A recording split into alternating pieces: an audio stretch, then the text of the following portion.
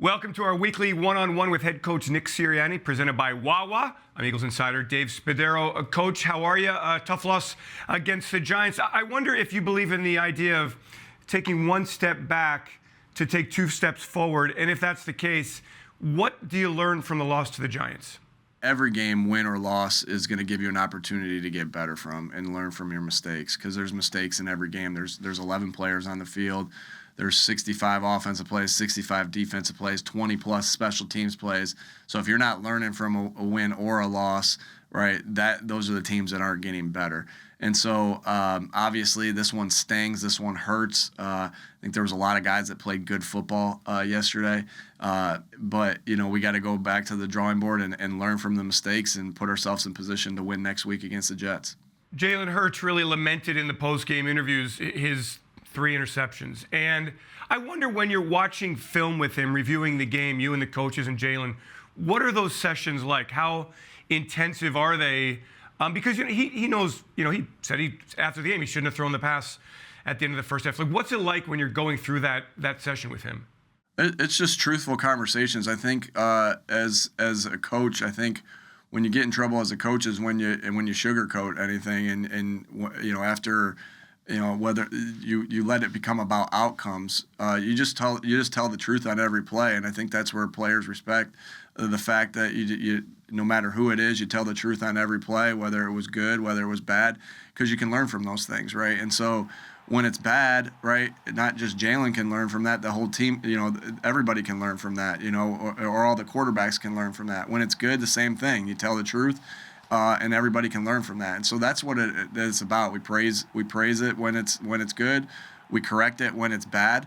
Again, correcting it looks different every time. It doesn't. I don't know if it looks the same every time. It's not always a yell or scream. It's not always a pat on the back. But that's the art of coaching, and we just try to do what we can do to tell the truth, so we don't repeat mistakes, and to tell the truth so we make the plays that we've made in the past, do them again. From a macro standpoint, not just the Sunday's game, but in general, what have you seen from the past game over the last several weeks, and how much progress have you made there? I think where we've made some progress is in our play action game. I think that's been pretty successful coming off the run game that we've had. That the play action game's been pretty efficient. Our drop back game needs to be better in areas. It's been good in some of the areas, but in other areas, more longer situations, it hasn't been as good as we want it. I know it's not as successful conversion rates on the longer ranges, 3rd and long, 2nd and long, but we still need to be better in those areas. Again, that always starts with me. Anytime we're struggling in an area, we got a lot of good players on this football team. So anytime we're struggling in an area, I'm going to always look to myself first, and we'll fight like crazy to try to get it fixed. Coach, you said that Devontae and Dallas are where the passing game starts. But beyond them, how important it is to get the rest of the pass catchers more involved, and how difficult is that in the course of a game? Yeah, it just depends on how the game's going. Dave, it's sometimes you're running the ball really well and you want to stick to the run. And so, a guy that you might want to get more involved doesn't have the opportunities as much. So you just got to take advantage of the opportunities you're given and make every play count.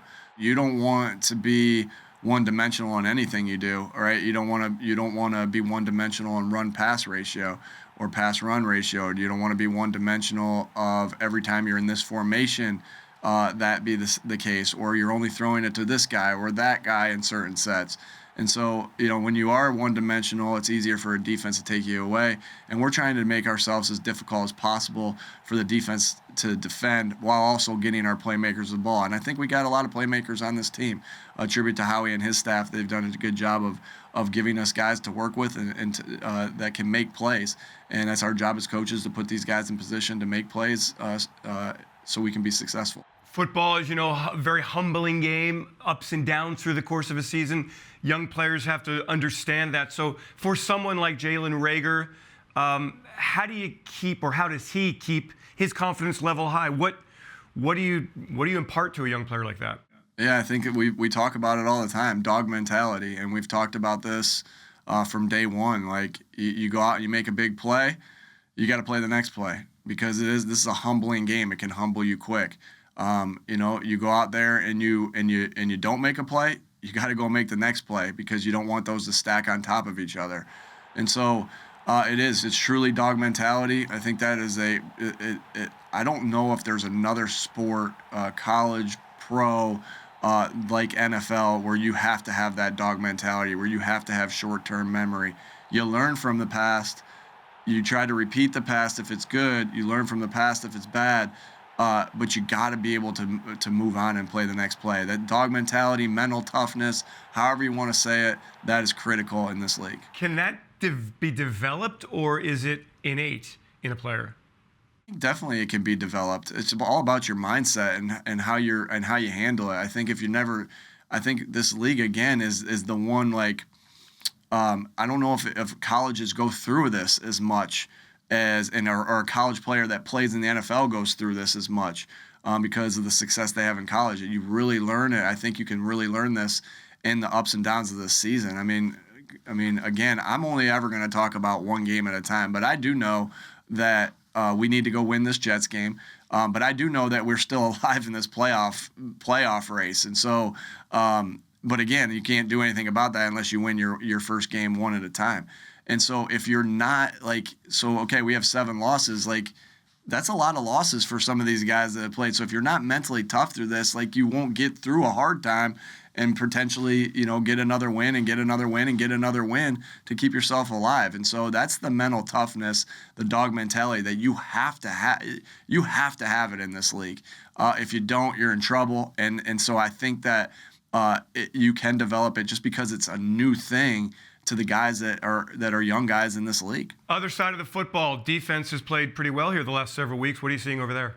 I just see, it always starts up front. I think our guys up front playing really good. Fletcher Cox is playing good. Javon Hargrave, Derek Barnett, Josh Sweat, the backups, Ryan Kerrigan.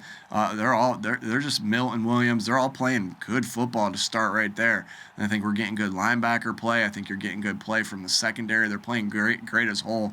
Great job by our defensive coaches, putting them in position to make plays, and then obviously an excellent job by our players. It always comes down to our players they're the ones they have to go out there and execute, and they're making plays and putting us in position to be able to win football games. So it's just been really good team defensive football these last couple weeks. Sunday, it's wash, rinse, repeat. Up the turnpike again, MetLife Stadium. Jets are the opponent. They're coming off a win. I know it's early, but what do you know about the Jets right now?